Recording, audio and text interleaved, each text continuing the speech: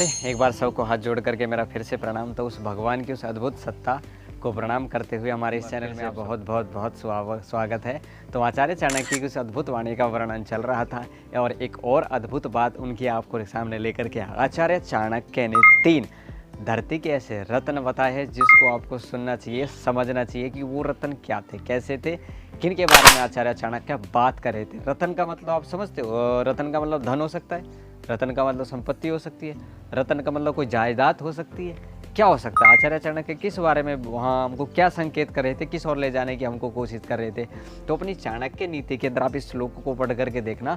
उन्होंने कहा कि जब मनुष्य जन्म से पैदा होता है ना, तो उसको 3 रत्नों की प्राप्ति तो हो ही जाती है। बस उनको अपने प्रैक्टिस के माध्यम से, यानी कि अभ्यास के माध्यम से, अभ्यासाधार्यते विद्या के माध्यम से उसको जगाना पड़ता है। तो उन्होंने कहा कि 3 रत्न इस धरती के ऊपर विद्यमान रहते हैं। अब रत्न का अर्थ आप किसी भी रूप में आप समझते हो, लेकिन उनके वो 3 रत्न क्या थे उसको इस श्लोक में थोड़ा हम वर्णन करेंगे। तो आचार्य चाणक्य ने कहा कि पृथिव्याम 3 रत्नानि जलम अन्नम सुभाषितम मूढ़ै पाषाण खंडेषु रत्न संज्ञा विधीयते। आचार्य चाणक्य कहते हैं कि इस धरती के 3 रत्न हैं। क्या रत्न है?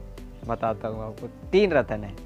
मूढ़ै पाषाण खंडेषु रत्न संज्ञा विधीयते। और लोग किसको रत्न समझते हैं? ये बीच में मैंने क्यों बोला, इसका भी रीजन मैं आपको बताऊंगा। वो बीच में क्यों रत्न समझते हैं उसको, ठीक है? तो पृथिव्याम 3 मतलब 3, और पृथ्वी मतलब पृथ्वी में 3 रत्नानि। पहला है जल। देखो, जल ही जीवन है और बिना जल के ना तो जीवन संभव हो सकता है। आपके पास प्रॉपर्टीज है, आपके पास सब कुछ है। मैं मानता हूँ गाड़ी है, घोड़ा, bank balance, what ever it is, जो आज की ज़रूरतें होती है आपके पास सब है, लेकिन जल नहीं है। जैसा मैं आजकल देखता हूँ, तो बड़ा दुख की बात क्या होती है कि पानी को ऐसे वेस्ट करते रहते, कहीं भी चले जाओ और पानी इतना बर्बाद करते। तो आचार्य चाणक्य ने कहा कि रत्न है, इसको क्यों वेस्ट कर रहे हो, इसको क्यों बर्बाद कर रहे हो, क्यों इसको नालियों में बहा रहे हो? रत्न जलम अन्नम, फिर दूसरा है अन्न। अन्न के बिना क्या मनुष्य जीवित रह सकता है? नहीं रह सकता। आचार्य चरक ने तो अन्न को तो जीवन का बहुत ही अभिन्न अंग माना है, यानी कि अन्न के बिना तो हमारा जीवन चल ही नहीं सकता, हमारा शरीर पुष्ट ही नहीं हो सकता। तो जलम अन्नम, और अन्न जो भी हम भोजन करते हैं, हमारे लिए भोजन, बाहर निकलते हैं नालियों में भोजन पड़ा रहता है, कहीं पता नहीं कहाँ रोटियों के टुकड़े कहाँ पड़े रहते हैं। तो आचार्य चाणक्य ने कहा कि रत्न है, इनको वेस्ट मत करो, ये आपके जीवन को जीने लायक बनाते। इनके बिना ना तो आप चल सकते हो, चाहे आपके पास कुछ भी होता है। देखो, बहुत सी जगह ऐसी सिचुएशन घट जाती है, हम कहीं बाहर निकल जाए और वहाँ एक ऐसी घटना घट जाए कि हमारे पास पैसा तो लेकिन खाने के लिए कुछ नहीं है, तो उस पैसे का फ़ायदा क्या? अब मेरी बात को समझ रहे होंगे मैं क्या कहने की कोशिश कर रहा हूँ। सिर्फ पैसे को इम्पोर्टेंस तब तक दो जब तक वो आपके काम का, जब तक वो आपके काम का नहीं, फिर आप उसको इम्पोर्टेंस देना भी बंद कर दो या फिर कर ही दोगे। तो आचार्य चाणक्य ने कहा कि जलम अन्नम। फिर तीसरे नंबर की जो उन्होंने बात की है वो कहा कि शुभाषितम।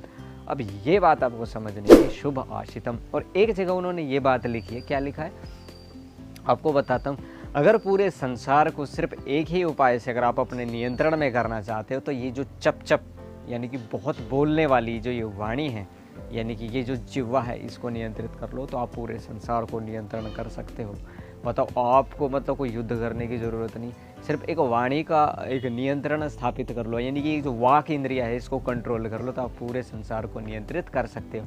आचार्य चाणक्य ने यही बात कही है कि जलम अन्नम शुभाषितम। कहता है कि मधुर वचन, तीसरा हमारा जो रत्न है वह होता है हमारा मधुर वचन। यानी कि हमारे पास एक दूसरे व्यक्ति के लिए करने के लिए कुछ नहीं है, लेकिन हम इस वाणी के माध्यम से उसको दिलासा दे सकते हैं, उसको उभार सकते हैं, उसको मोटिवेट कर सकते हैं, उसको दुखों से बाहर निकाल सकते। तो इस प्रकार से आचार्य चाणक्य ने 3 रत्नों का वर्णन किया, और ये जो तीसरा रत्न है ये तो भाई लाजवाब है।